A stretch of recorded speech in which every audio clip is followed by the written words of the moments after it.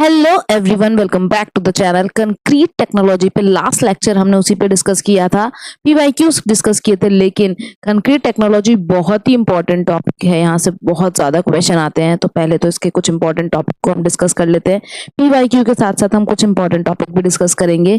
पहले अगर हम बात करें तो कंक्रीट क्या है। कंक्रीट एक मिक्सचर है। कंक्रीट क्या है? कंक्रीट एक मिक्सचर है। किस किस का मिक्सचर है? जिसमें आपको सीमेंट देखने को मिलेगा, सीमेंट प्लस फाइन एग्रीगेट देखने को मिलेंगे, फिर आपको कोर्स एग्रीगेट देखने को मिलेंगे and water. Cement, fine aggregate, coarse aggregate और फिर हमारा जो इन सबको मिक्स करने में हेल्प करेगा वो है हमारा वाटर। तो ये सबको मिला के जो मिक्सचर हमको मिलता है वो हमारा कंक्रीट है। अगर कंक्रीट की बात की जाए तो कंक्रीट में आप अगर देखो तो अगर हम यहाँ पर देखते हैं कि ये एक हाँ, यहाँ पर हमें कोरोजन भी देखने को मिल सकता है जो स्टील में प्रेजेंट है हमारे कंक्रीट के अंदर। जब हम आरसीसी का स्ट्रक्चर बनाते हैं तो कंक्रीट प्लस स्टील मिलाते हैं। तो जब हम आरसीसी का स्ट्रक्चर बनाएंगे तो कंक्रीट और स्टील मिला के जो कॉम्बिनेशन हमने किया है वहां पर हमें कोरोजन देखने को मिलता है। तो वहां पर कोरोजन के कॉजेज क्या हैं, सबसे पहले हम इसको डिस्कस करेंगे। क्यों डिस्कस करें? क्योंकि यहाँ पर 4 ऑप्शन में से पूछ लेगा कि कॉजेज ऑफ कोरोजन क्या है, और ये क्वेश्चन और डिफरेंट डिफरेंट एग्जाम्स में पूछा जा चुका है। तो पहले डिस्कस करेंगे कि कॉजेज ऑफ कोरोजन।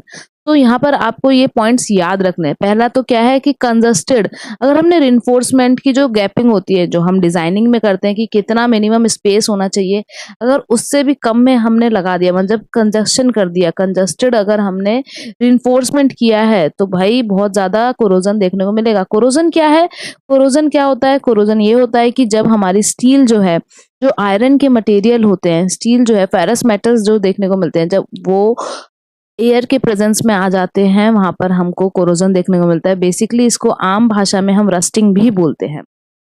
अगर हम इसकी बात करते हैं तो यहाँ पर कंजस्टेड रिइंफोर्समेंट अगर हमने कर दिया है, कंजस्टेड रिइंफोर्समेंट अगर हमने कर दिया है तो हमको कोरोजन देखने को मिलेगा। एक तो यही कॉज है। दूसरा अगर हम बात करते हैं तो excessive water cement ratio. Excessive water cement ratio, water cement ratio पे हम बहुत ही बेहतरीन और भी पॉइंट डिस्कस करने वाले हैं क्योंकि इससे बहुत सारे क्वेश्चन पूछे जाते हैं। तो एक्सेसिव वाटर सीमेंट रेशियो जो होता है हमारा, एक्सेसिव वाटर सीमेंट रेशियो जो है उसके वजह से हमको कोरोजन देखने को मिलेगा, उसके वजह से हमको कोरोजन देखने को मिलेगा। फिर हो गया हमारा इम्प्रॉपर कंस्ट्रक्शन मेथड। अगर हमारा जो कंस्ट्रक्शन का मेथड है, अगर हमारा जो मेथड है कंस्ट्रक्शन करने का तरीका जो है वो अगर इम्प्रॉपर है तो इम्प्रॉपर कंस्ट्रक्शन मेथड की वजह से भी हमको, इम्प्रॉपर कंस्ट्रक्शन मेथड्स की वजह से भी हमको कोरोजन देखने को मिलता है। ये सब पॉइंट्स आप अपने नोटबुक में बिल्कुल ऐड करिएगा। फिर अगर हम बात करें कि बहुत ही इंपॉर्टेंट पॉइंट क्या है, अगर हमने सफिशिएंट कवर प्रोवाइड नहीं किया है स्टील को, जो हमें पता है कवर क्या होता है, जो हम नीचे से डेप्थ प्रोवाइड करते हैं, कंक्रीट और स्टील के बीच में जो गैप रहता है। तो अगर हम बात करें, अगर हमने इनसफिशिएंट इनसफिशिएंट या फिर इम्प्रॉपर अमाउंट का, इनसफिशिएंट अगर हमने क्या प्रोवाइड किया है, इनसफिशिएंट कवर प्रोवाइड किया है, कवर टू स्टील, अगर insufficient cover to steel provide किया है तो हमको बिल्कुल कोरोजन देखने को मिलेगा। वहीं पे अगर हम बात करते हैं मॉइस्चर का एक्सट्रीम प्रेजेंस है कंक्रीट में, वही वाटर सीमेंट रेशियो से रिलेटेड है, तो भी हमको देखने को मिलता है। या फिर प्रेजेंस ऑफ सॉल्ट, तो वाटर में हमारे सॉल्ट्स भी प्रेजेंट होते हैं लेकिन वो अगर अपने परमिसिबल लिमिट से ज्यादा प्रेजेंट है तो हमको क्या देखने को मिलेगा? कोरोजन। तो presence of salt will also cause the corrosion in reinforcement which is present in वो steel which is present in concrete। तो ये आपको कोरोजन की वजह से कॉजेज जो है हमारे, इसकी वजह से कोरोजन हो सकता है। ये सब पॉइंट्स अपने नोट्स बुक में डिस्कस करने हैं। नेक्स्ट इंपॉर्टेंट है जिससे बहुत सारे पीवाईक्यूज पूछे गए हैं, वो ये है कि अगर हम वाटर प्रेजेंट करा रहे हैं, वाटर प्रोवाइड करा रहे हैं अपने कंक्रीट में, जब हम कंक्रीट में वाटर डालते हैं तो उसमें जो हमारे ऑर्गेनिक सॉलिड्स हैं, इनऑर्गेनिक सॉलिड है, सल्फाइड्स हैं, क्लोराइड है, इन सब की जो वैल्यू है, जो परमिसिबल वैल्यू होती है वो कितनी होनी चाहिए, किससे ज्यादा एक्सीड नहीं करनी चाहिए, इससे क्वेश्चन आता है। तो हम सबसे पहले डिस्कस करेंगे कि हमारी परमिसिबल वैल्यू डिस्कस करने वाले हैं हम। परमिसिबल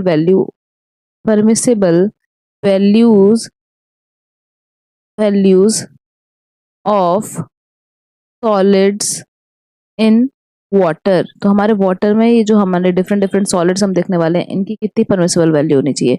सबसे पहले अगर हम बात करते हैं तो हमारा जो ऑर्गेनिक सॉलिड्स होता है, अगर हम बात करें सबसे पहले हमारा जो ऑर्गेनिक सॉलिड्स होते हैं उसकी कितनी वैल्यू होनी चाहिए। ऑर्गेनिक सॉलिड्स की अगर हम बात करते हैं तो वो हमारे कितने प्रेजेंट होने चाहिए, इससे ज़्यादा नहीं होना चाहिए। अगर हम ऑर्गेनिक सॉलिड्स की बात करें तो वो हमारा 0.2% से ज़्यादा नहीं होना चाहिए, 0.2% से ज़्यादा नहीं होना चाहिए।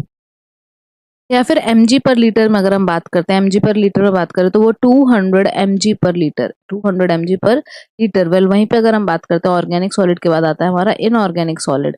इनऑर्गेनिक सॉलिड की अगर बात की जाए, इनऑर्गेनिक सॉलिड्स की अगर बात की जाए, हमारा जो परमिसिबल लिमिट है इनऑर्गेनिक सॉलिड्स की वो हो जाता है हमारा, it should not be more than, ये किससे ज़्यादा नहीं होना चाहिए हमारा 3000 mg पर लीटर से, 3000 mg पर लीटर। तो अगर हमारा 3000 mg पर लीटर से ज़्यादा नहीं होना चाहिए, 1 लीटर में मतलब हमारा 3000 mg ही इनऑर्गेनिक सॉलिड होने चाहिए, इसका ये मतलब होता है।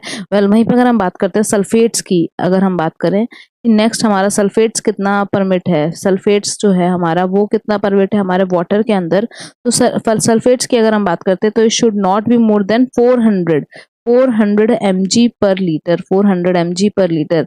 वेल क्लोराइड्स की बात करें तो दोनों के लिए डिस्कस किया जाता है। अगर क्लोराइड्स की बात करें तो आरसीसी के लिए अलग होता है और पीसीसी के लिए अलग होता है। तो अगर नॉर्मल हमारा बेसिकली बात करते हैं जिसमें स्टील कंटेंट नहीं है, और क्लोराइड की बात करें अगर स्टील नहीं है उसके अंदर, है ना, तो वो हमारा पीसीसी हो गया। तो अगर हमारा स्टील की बात करें तो it should not be more than 2000 mg पर लीटर, 2000 mg पर लीटर से ज़्यादा नहीं होना चाहिए।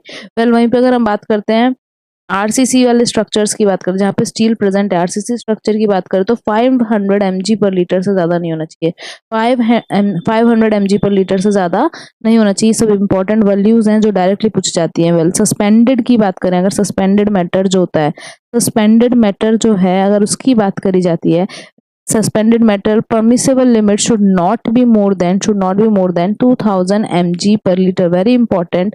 so organic material का, organic solids का 200 mg per liter, inorganic का होता है हमारा 2000 mg per liter, suspended metal 2000 mg per liter, sulphates की बात करें 400 mg per liter, क्लोराइड्स की बात करें 500 और 2000, 500 for RCC and 2000 for PCC। Very important slide है ये, बिल्कुल अपने नोट्स में इंक्लूड कर लीजिए। सिर्फ नोट्स में इंक्लूड करना ही मेन काम नहीं है, बॉडी के हर एक सेल को ये इन्फॉर्मेशन पता होनी चाहिए क्योंकि इससे क्वेश्चन आना वेरी इंपॉर्टेंट क्वेश्चन आते हैं इससे।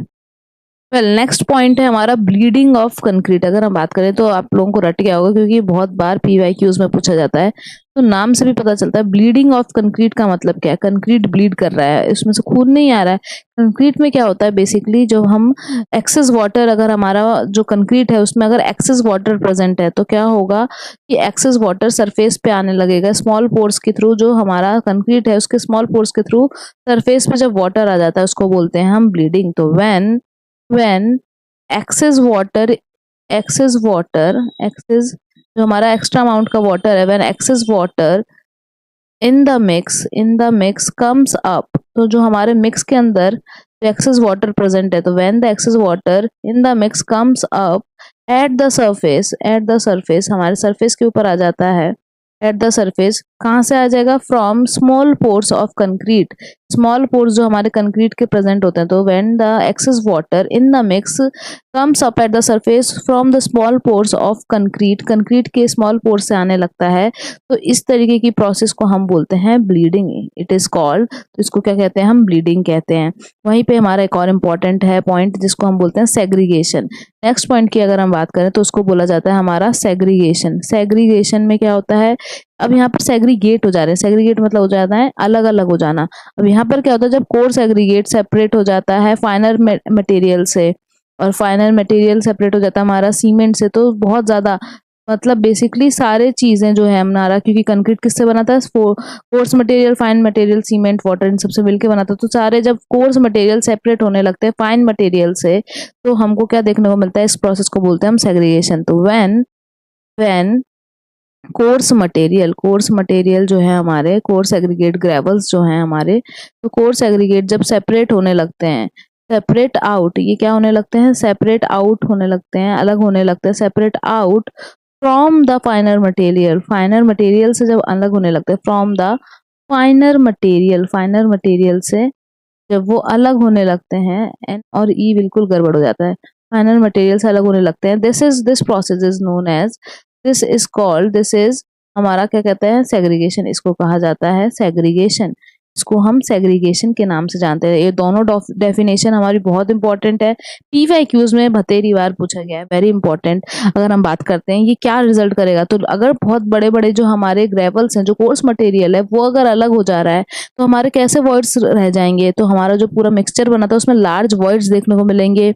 तो हमें क्या क्या दिक्कत देखने को मिलेगी, it will cause large voids, हमको लार्ज वॉइड्स देखने को मिलेंगे। उसकी ड्यूरेबिलिटी कम हो जाएगी, लेस ड्यूरेबल, ये हमारा कैसा हो जाएगा, लेस ड्यूरेबल हो जाएगा। और हमें क्या देखने को मिलेगा, लेस स्ट्रेंथ देखने को मिलेगी। और स्ट्रेंथ भी आपको कैसे देखने को मिलेगी, कम, तो स्ट्रेंथ भी कम हो जाएगी, ड्यूरेबिलिटी भी कम हो जाएगी, और वॉइड्स आपको लार्ज देखने को मिलेंगे। तो ये हमारा बेसिकली अगर इसकी बात करते हैं तो ये ब्लीडिंग और सेग्रीगेशन है।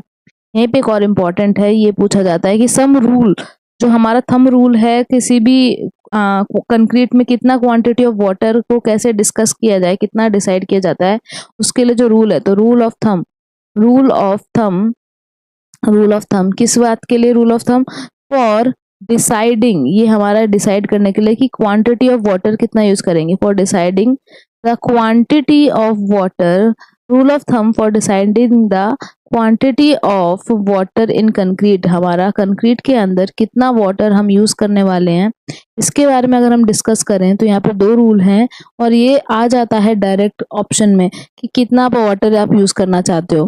तो अगर हम बात करते हैं, पहला रूल बोल रहा है हमारा कि वेट ऑफ वाटर, जो हमारा वेट ऑफ वाटर है, weight of water equals to 28% of the weight of cement, 28% of the weight of cement plus, अगर हम बात करते हैं सीमेंट का कितना 28% होना चाहिए, plus 4% of the weight of total aggregate, तो अगर हमें वेट ऑफ वाटर पता करना है तो सीमेंट का 28% वेट लेना है, और जो हमारा टोटल एग्रीगेट है, वेट ऑफ टोटल एग्रीगेट का 4% वेट लेना है। इसको सम करके जो हमारा वेट ऑफ वाटर है हम इसको इंक्लूड करते हैं। वहीं पे अगर दूसरा थंब क्या कहता है, दूसरा वेट ऑफ वाटर का क्या कहता है, वो ये कहता है कि आपको सीमेंट 30% लेना है। अगर आप सीमेंट का कंसीडर कर रहे हो वेट 30%, तो जो हमारा टोटल एग्रीगेट का वेट है उसको हम 5% कंसीडर करेंगे। तो 30% of the total weight of cement, तो 30% of the total weight of cement का जो वेट है उसका, और 5% of total weight of aggregate, 5% of weight of total aggregate, total weight जो हमारा एग्रीगेट का है, टोटल एग्रीगेट जितना है उसका वेट का 5% हमें करना पड़ता है। तो ये दोनों हमारे थंब ऑफ रूल है for deciding the quantity of water in concrete. Next important point है हमारा वर्केबिलिटी। अगर वर्केबिलिटी की बात करें तो ये है क्या, it is the amount of work, हमारा अमाउंट ऑफ वर्क, कितना वर्क हमारा लग रहा है, amount of work to produce full compaction. तो हमारा जो कंपैक्शन है, हम कंक्रीट को कॉम्पैक्ट करते हैं कि जो एयर वॉइड्स हैं वो रिमूव हो सके, तो उसमें कितना अमाउंट ऑफ वर्क होता है कि कभी कभी अगर वाटर ज्यादा है तो हमें कम अमाउंट ऑफ वर्क लगेगा क्योंकि उसकी वर्केबिलिटी ज्यादा है, कभी कभी वाटर कम है तो कंक्रीट में फ्रिक्शन ज्यादा रहेगा तो हमें अमाउंट ऑफ वर्क ज्यादा करना पड़ेगा। तो वो इसी की बात करें कि amount of work to produce full compaction, तो जो हमारा फुल कॉम्पैक्शन करने के लिए हमें कितना अमाउंट ऑफ वर्क करना पड़ता है, इसी को कौन डिफाइन करता है, हमारा वर्केबिलिटी डिफाइन करता है। वेरी इंपॉर्टेंट, यहाँ से बहुत क्वेश्चन आते हैं क्योंकि ये पूछते हैं कि ये जो हमारा वर्केबिलिटी है किन किन फैक्टर्स पे डिस्कस करता है, किन किन फैक्टर पे ये डिपेंड करता है, इस पे बहुत क्वेश्चन आते हैं। सबसे पहला अगर हम बात करें, अगर वाटर हमने ज्यादा डाल दिया, अगर सबसे पहले बात करते हैं वाटर सीमेंट रेशियो के, तो ये डायरेक्टली प्रोपोर्शनल है, वाटर सीमेंट रेशियो के डायरेक्टली प्रोपोर्शनल है वर्केबिलिटी। मतलब अगर हमारा वाटर ज्यादा है तो वर्केबिलिटी भी ज्यादा होगी, लेकिन स्ट्रेंथ कम हो जाएगी। तो हमें ये हिसाब देख के पानी डालना है कि उसकी स्ट्रेंथ इतनी कम ना हो जाए। तो अगर हमने वाटर ज्यादा डाला है, if more water is added, तो आपको जो वर्कमैनशिप है, जो ये रिजल्ट आएगा कि वर्केबिलिटी तो इंक्रीज हो जाएगी, लेकिन आपको क्या देखने को मिलेगा, स्ट्रेंथ डिक्रीज हो जाएगी। इसकी जो स्ट्रेंथ है वो डिक्रीज हो जाएगी। जो इसकी ड्यूरेबिलिटी है, ड्यूरेबिलिटी भी डिक्रीज होने लगेगी, ड्यूरेबिलिटी है वो भी डिक्रीज हो जाएगी। तो वाटर वर्केबिलिटी तो इंक्रीज करता है लेकिन स्ट्रेंथ डिक्रीज कर देता है। लेकिन अगर आप चाहते हो कि स्ट्रेंथ, जो कंक्रीट की स्ट्रेंथ है वो डिक्रीज ना हो, तो हमको इस तरीके से करना है। अगर हम चाहते हैं कि स्ट्रेंथ जो है हमारी कंक्रीट की वो डिक्रीज ना हो, तो हमें क्या करना पड़ेगा, स्लाइट चेंज करना पड़ता है प्रोपोर्शन में फाइन और कोर्स एग्रीगेट के। अगर हमारा जो कंक्रीट का मिक्सचर है वो बहुत ज्यादा वेट हो गया है, तो अगर हमने वाटर, हम क्या चाहते हैं कि हमारा स्ट्रेंथ जो है, वो जो स्ट्रेंथ है उसमें कोई चेंज हमें ना देखने को मिले, स्ट्रेंथ नॉट इफेक्ट हो, अगर इफेक्ट ना हो। तो अब क्वेश्चन ये आता है कि अगर हमने बहुत ज्यादा वाटर डाल दिया है, वाटर अगर ज्यादा डाल दिया है, टू वेट कंडीशन है, अगर हमारे बहुत वेट हो गया है, हमने वाटर डाल दिया है तो कंक्रीट हमारी टू वेट हो गई है, तो हम इसमें क्या करेंगे, जो प्रपोर्शन है हमारे, किसके प्रपोर्शन, जो हमारा प्रपोर्शन है फाइन एग्रीगेट और हमारे कोर्स एग्रीगेट का, तो proportion of fine and coarse aggregate, तो फाइन एंड कोर्स एग्रीगेट का जो प्रोपोर्शन है उसमें हमें क्या करना पड़ेगा, चेंज करना पड़ेगा।